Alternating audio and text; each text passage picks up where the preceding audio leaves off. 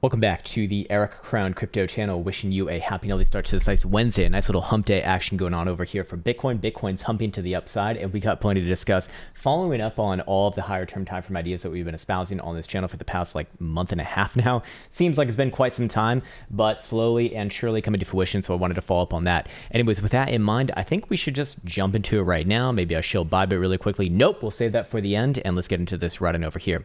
All right, so starting off with the 2-day time frame, we did identify this signal of which it has been building and has repeated itself many times over even the last few years. So that's why I quite like it, because it does have a lot of back testing involved with it. And what essentially is a signal? The signal is a volatility versus stochastic momentum signal. Volatility represented by BBWP indicator over here. And whenever it comes down to extreme lows, which I define as anything below 10 percentile on this time frame, and then expands from there, has led to an average move of about 37.5% over the course of 17.5 days or so for the next high. And the stochastic momentum oscillator has gone the correct direction on that expansion phase for about just under 82% of the time. So, pretty damn good right there in that regard. For example, we've seen a couple of iterations of this in the not so distant past. We saw one in June and one in May, both of which I do believe that we called out on this channel, or at least on the daily time frame.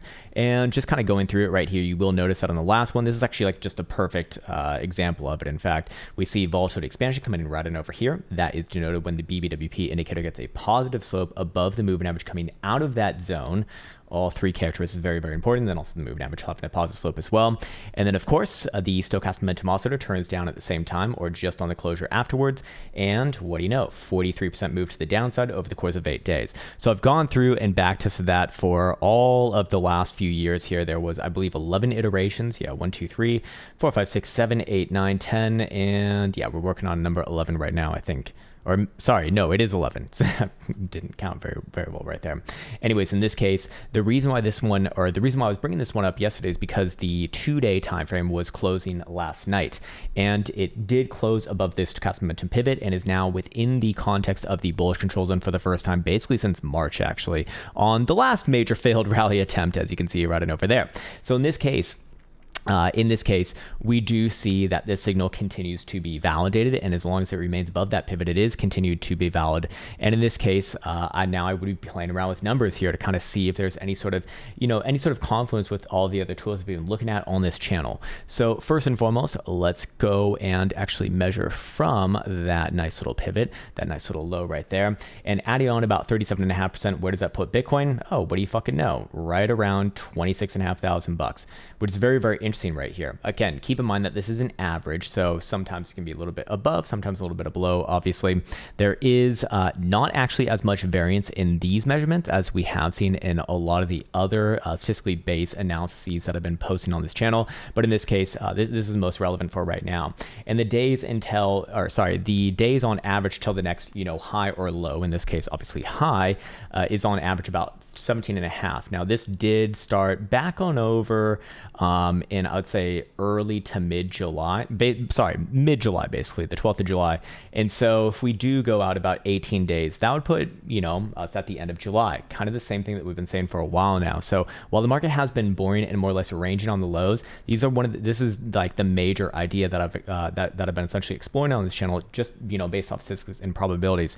And I wanted to kind of make a note of that because it's very interesting to kind of peruse around the crypto YouTubes and the crypto Twitters and whatnot, and see what sort of stuff is based off of what out there. At the end of the day, I always want this channel to be coming at it from a more statistically based mindset, because at the it leaves out the personal biases, and well, it's something that I can just trust in as like a neutral force in this case. So I do believe that we're still kind of on track for something like that, or Bitcoin more importantly is.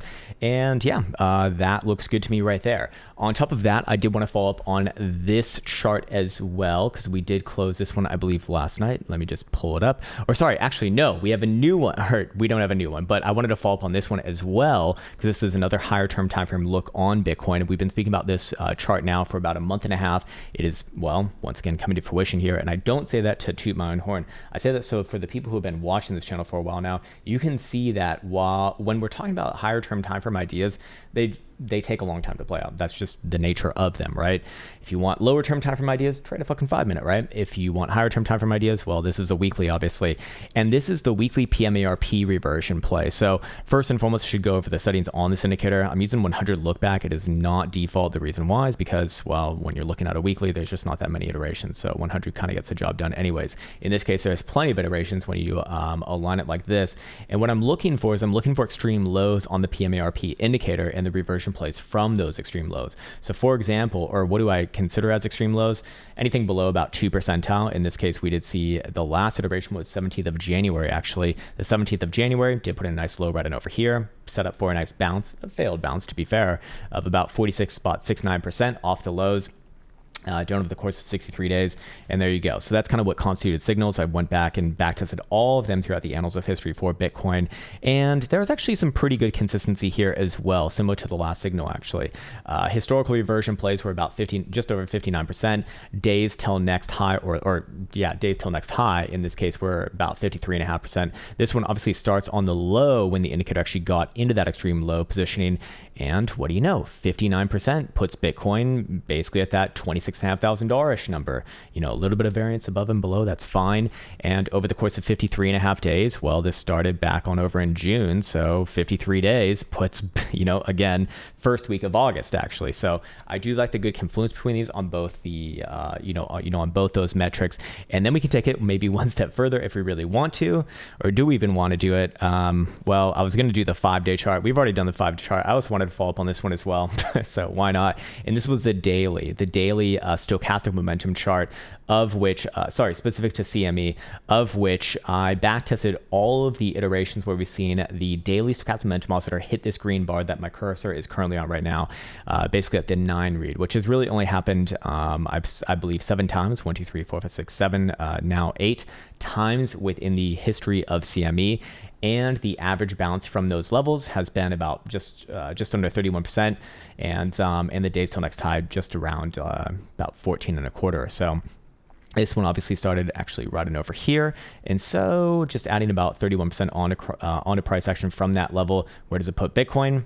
$24,500. So I do look at this as a bit of a range going on. That's kind of like the lower end of these estimates, and on the and within the context of time, yeah, we're getting very, very close to there actually. I believe at the end of this week we will be exactly there at 14 days or so. Anyways, with all of that said, I would now like to bring that into alignment with something that's a little bit less related, a pattern right here as well. So if we go over here to this chart, we did identify that there is an ascending triangle on price action, which is actually confirmed now, as Bitcoin did close a nice girthy green dildo above the top end resistance of this. Now we are currently at the 55 right now, so probably does play out a bit of a short-term pullback here, I do imagine, but ultimately this does have a measured move. The measured move would be pointed up all the way towards the $26,500 number, coming up yet again. So from 3 or 4 different angles now. There actually are a couple more as well, which I don't want to bring out in this particular case because I think it's just getting a bit redundant. And if you do want that, you can check it out from the macro videos that have been uploading on Sunday. But in this case, not only do we have an implied target based off an ascending triangle, but we also do have the 1.618 Fibonacci extension. So multiple confluences around that region as an area of interest. Not to say that Bitcoin's destined to get there. There's going to be a few areas of interest along the wayside. One of them's kind of where we're at right now, maybe a little bit higher in the 24,400-ish region, and then above there, somewhere around $26,500, give or take a few bucks. Who knows where things kind of end up on a stray wick and whatnot. I do still maintain my long-term position that I have not seen the indications that make me believe that the low is in for Bitcoin just yet. But ultimately, there are there's some nice good things going on in crypto land right now. Was there one other thing that I wanted to bring up before we go into the short-term timeframes? Yeah, I guess there was. We can go back on over here, go into a short-term time frame. Short-term time frame, 4 hour right here on CME. Next area of interest to the upside, about 24,200 or so to 24.4 basically. It's kind of where I'd be looking for. Maybe another short-term pullback sets up around there. Short-term time frame, stochastic momentum is starting to get pretty up there for sure. 23,000 bucks needed to maintain the current pivot, which is good. But it's going to be difficult to maintain momentum at these levels on the short-term time frame. So I do expect that maybe after one more move to the upside, one more try, who knows where it gets up to. Maybe those next short-term targets, probably does play it a little bit of sideways and down and tries for another higher low. But here's the thing, and the most important thing that I hope to be espousing on this channel right now is what we've been doing the past few days, or what I hope that we've been doing for a long time now is this: where do things actually turn around? What's essentially an invalidation for the short term? Well, as you can see, Bitcoin put in a nice little higher low as we identified on yesterday's. I think we actually identified that one on yesterday's Instagram update, and I would actually move it up to that area right now, which would be 21,500 on a 4-hour time frame closing basis. So as long as Bitcoin's above there, obviously the medium term time frames and the lower term time frames are fine. If I'm using like the very, very low term time frames, then I move that up to about 22.5, basically in alignment with the 200 simple right here, which is actually a little bit lower than that, but fair enough. Anyways, we are 10 minutes into this video. Do I want to bring out one more thing?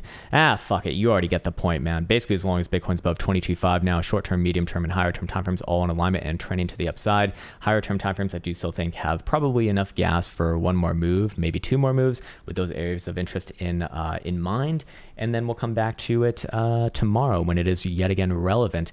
Other than that, is there anything else that I want to shill today? We can shill Bybit. Bybit has a great promotion going. It actually is a really, really good promotion. Basically 0% on maker fees if you use the link in the description below. If you don't use that link, then you probably don't get it. But of course, it is an affiliate link, so I should let you know that as well. Full transparency. What else? Yes, Funded Futures Network is. I think their promotional period actually ended, but if you are still looking for a funded account, like up to 250,000 bucks, if you can prove yourself throughout their testing, then they will actually fund you. And I believe they're going to be going live very, very soon here, so people will actually get a chance to do that. There will be links in the description below or the comment section, whatever the fuck it makes most sense, and then of course Instagram as well. I think that's enough for today. However, I want to be wishing you well yet again. Much love, and see you hopefully very soon.